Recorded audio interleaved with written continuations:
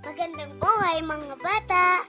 Tara, samahan ninyo akong matuto kasama si Teacher Aika, your online teacher.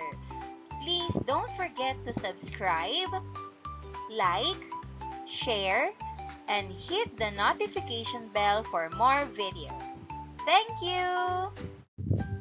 Matatag Curriculum, Araling Panlipunan, Grade 4.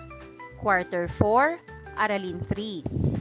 Ang ating paksa ngayong araw ay tungkol sa karapatan at tungkulin ng mamamayang Pilipino. Muli, ako si Teacher Aika, ang inyong online teacher. Simulan na natin! Mga kasanayan. Una, natatalakay ang mga karapatan at tungkulin ng isang mamamayan. Pangalawa, naiisa-isa ang mga karapatan ng mamamayang Pilipino. At pangatlo, napahahalagahan ang mga karapatan at tungkulin ng bawat mamamayang Pilipino. Unang araw. Magkaroon muna tayo ng isang maikling balik-aral. Panuto, tingnan ninyo ang larawan ni Juan de la Cruz sa pisara. Ano sa tingin ninyo ang mga katangian ng isang tunay na Pilipino? Batay sa Artikulo 4 ng 1987 sa Ligang Batas ng Pilipinas, pag-usapan natin kung sino ang maituturing na mamamayang Pilipino at paano natin maipapakita ang pagmamahal sa ating bansa sa araw-araw. Ibahagi ang iyong sagot. Mamamayan ng Pilipinas nang pinagtibay ang Saligang Batas ng 1987. Mga dayuhang nagpasyang maging mamamayang Pilipino ayon sa batas ng naturalisasyon. Mga mamamayang isinilang bago sumapit ang Enero 17, 1973 sa mga inang Pilipino na pinili ang pagkamamamayang Pilipino pagsapit ng ika-21 taong gulang. At ang ama o ina ay mamamayang Pilipino.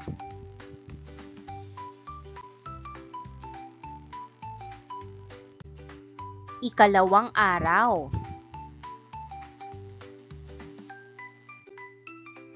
Paglinang sa kahalagahan sa pagkatuto sa aralin. Una, ano ang dalawang mahalagang konsepto na inyong natutuhan sa inyong gawain? Pangalawa, ano ang kahulugan ng karapatan? Maaari ka bang magbigay ng mga halimbawa ng iyong karapatan bilang isang bata? At ano ang kahulugan ng tungkulin? Magbigay ng halimbawa ng mga tungkulin mo bilang isang mag-aaral, o bata, o anak.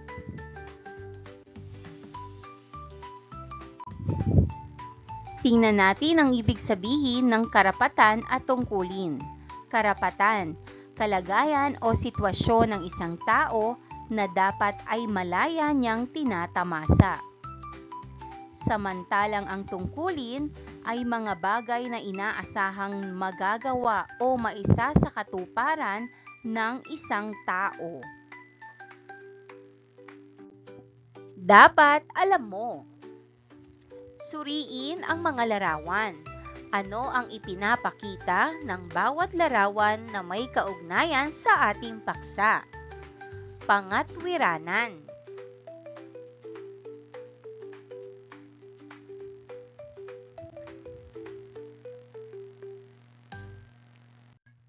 Narito ang mga bagay tungkol sa larawan. Karapatan. Ang larawan ng mga batang may hawak na karapatan ay nagpapakita ng kaalaman sa karapatang pantao.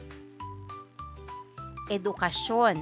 Ang taong nag-aaral gamit ang notebook o lapis ay sumisimbolo sa kahalagahan ng pagkatuto at pag-unlad. Pamilya.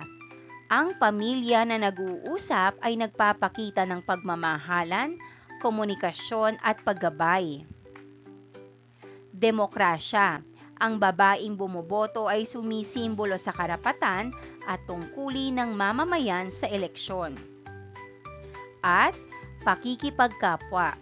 Ang pakikipagkamay ay nagpapakita ng respeto, pagkakaisa at pantay na pagtrato sa iba.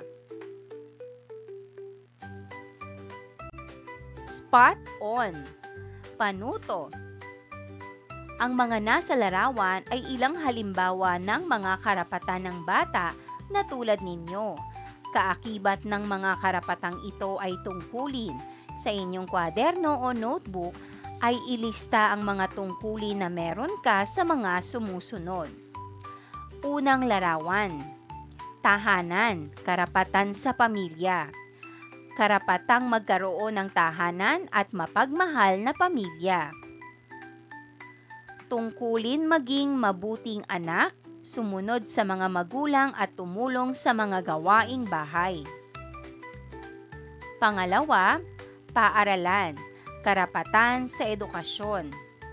Karapatang makapag-aral at makatanggap ng dekalidad na edukasyon.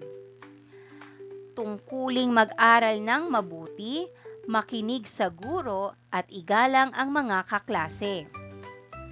At ang pangatlong larawan, komunidad, karapatan sa ligtas at malinis na kapaligiran.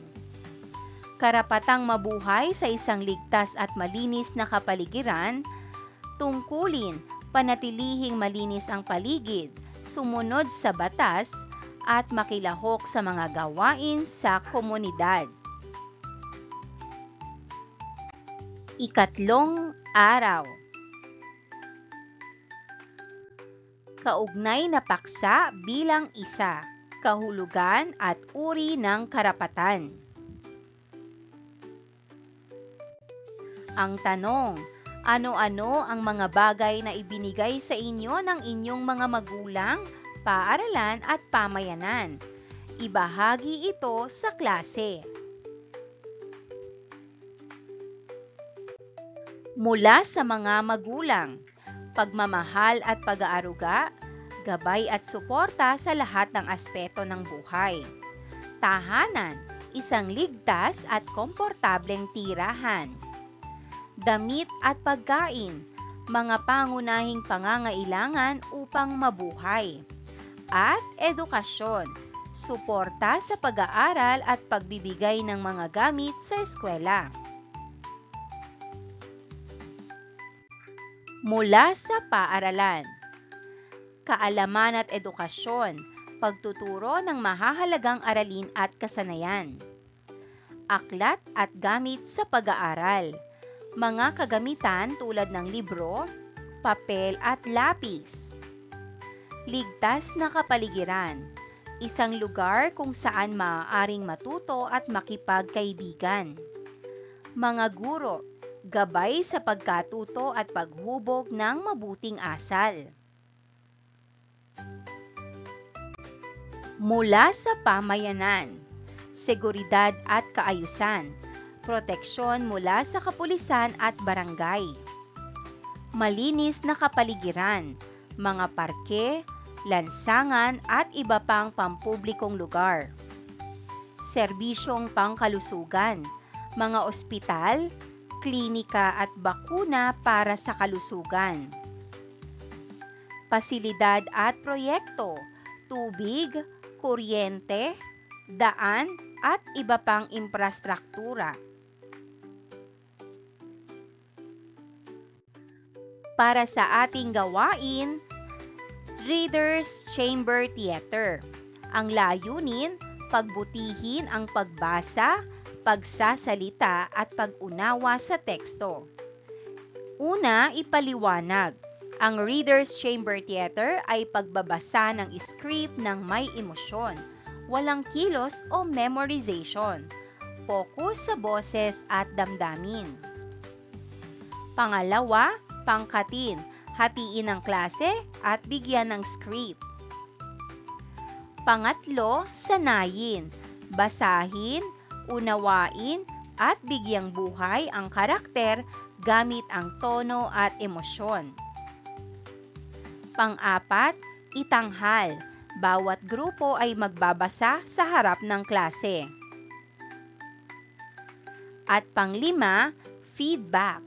Magbigay ng puna sa boses, intonasyon, at damdamin upang mapahusay ang pagpapahayag. Ika-apat na araw. Gumawa ng isang sanaysay tungkol sa karapatan at tungkulin gamit ang mga sumusunod na prompt. Ang mga mamamayan ang pinakamahalagang yaman ng isang bansa. Dahil sila ang nagpapalago at nagpapalakas ng ating komunidad. Kung walang mga mamamayan na nagsusumikap, walang mangyayaring pagbabago. Ibig sabihin nito, may karapatan tayo na magtaglay ng oportunidad, ngunit mayroon din tayong tungkulin na magbigay at maglingkod sa ating bayan. Ang pagiging responsable at pagtulong sa iba ay mahalaga upang maging mas maunlad ang ating bansa. Sa kabuuan, ang karapatan at tungkulin ay magkasama kung bawat isa ay gagampanan ang kanilang bahagi, tiyak na magiging mas maganda ang kinabukasan ng ating bansa.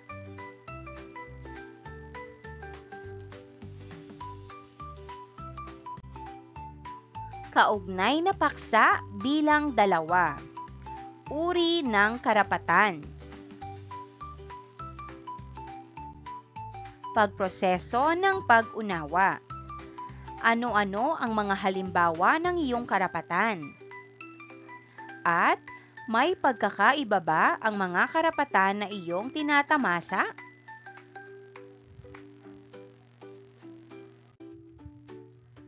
Ang karapatan ay isang kalagayan at kapangyarihan ng taong malaya upang gawin ang mga bagay na kanyang nais. Ito ay may 3 uri. Una, likas na karapatan. Natural. Taglay na ito ng tao mula nang siya ay ipinanganak. Tinuturing din itong karapatang kaloob ng Diyos sa tao. Halimbawa, ay ang karapatang mabuhay at umibig.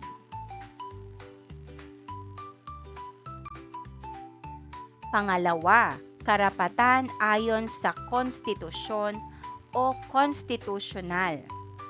Pinangangalagaan ng Estado at ito ay nahahati sa 4 na uri ayon sa ating saligang batas.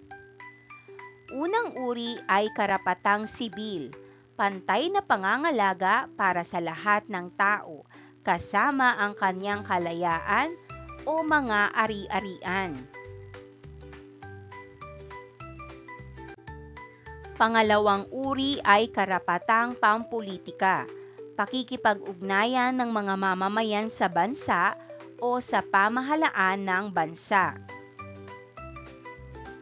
Pangatlong uri ay karapatang panlipunan, pakikitungo ng mga tao sa kanilang kapwa o sa iba pang mamamayan ng bansa. At pang-4 na uri ay karapatang pangkabuhayan, pagkakaroon ng hanap buhay o trabaho ng mga tao upang may mapagkunan ng ikabubuhay. At ang pangatlo ay karapatan ayon sa batas o statutory. Nakapaloob sa binuong batas na maaaring alisin o mawala sa pamamagitan ng panibagong batas. Pinatnubayang pagsasanay, word puzzle, panuto, ayusin ng mga mag-aaral ang ginulong salita upang mabuo ang kaisipan, gamiting gabay ang deskripsyon sa bawat salita. Una, mga karapatang taglay ng tao simula nang siya ay ipanganak. Ang sagot, natural.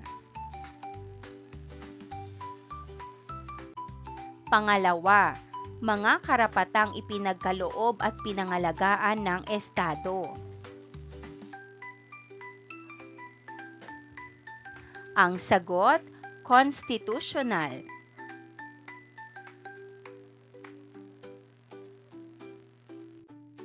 Pangatlo, mga karapatang kaloob ng binuong batas ng Kongreso. Ang sagot, statutory.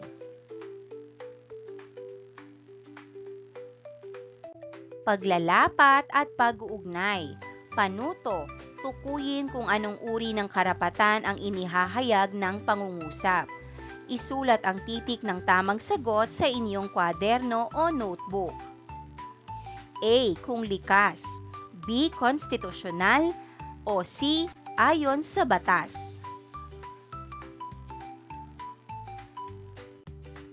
Number 1. Karapatang mabuhay. Ang sagot, A. Likas. Number 2. Makaboto at maiboto sa halalan. Ang sagot, B. Konstitusyonal. Number 3. Makapag-aral ng libre. Ang sagot, B. Konstitusyonal. Number 4. Magkaroon ng pangalan at nasyonalidad. Ang sagot, A. Likas. Number 5. Mabuhay ng may dignidad. Ang sagot, A. Likas.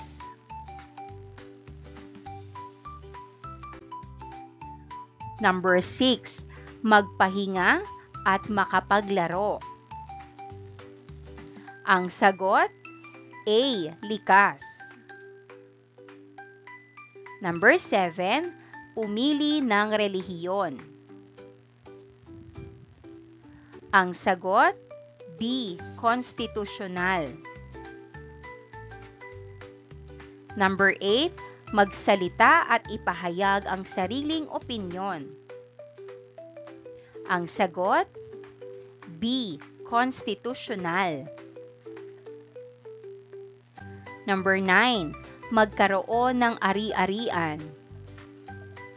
Ang sagot, C. Ayon sa batas. At number 10. Maging malaya at makapaglakbay. Ang sagot, C. Ayon sa batas. Pabaong pagkatuto, lagi mong tatandaan. Nakasaad sa Artikulo 3, Section 1 to 22 ng Saligang Batas ng 1987 ang mga karapatang dapat tamasahin ng bawat Pilipino upang mabuhay ng malaya at may dignidad. May mga tungkulin ang bawat mamamayan na dapat gampanan kapalit ng mga karapatang itinatadhana ng batas. At ang karapatan ng mamamayan ay nauuri sa tatlo: ang karapatang likas, konstitusyonal, at ayon sa batas. Pagninilay sa pagkatuto. Bilang pagtatapos, kumpletuhin ang mga pangungusap bilang refleksyon sa paksang tinalakay.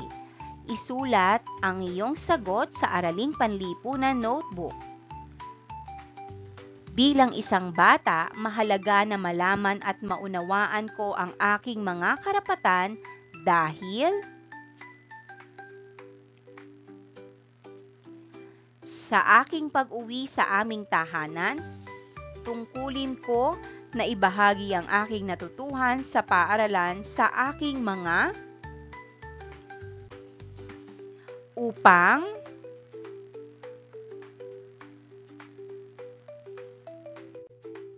pagsusulit. Panuto, isa-isahin ang mga uri ng karapatan. Isulat ang inyong sagot sa sagutang papel. Narito ang mga kasagutan. Una, natural rights. Pangalawa, constitutional rights. At pangatlo, statutory rights.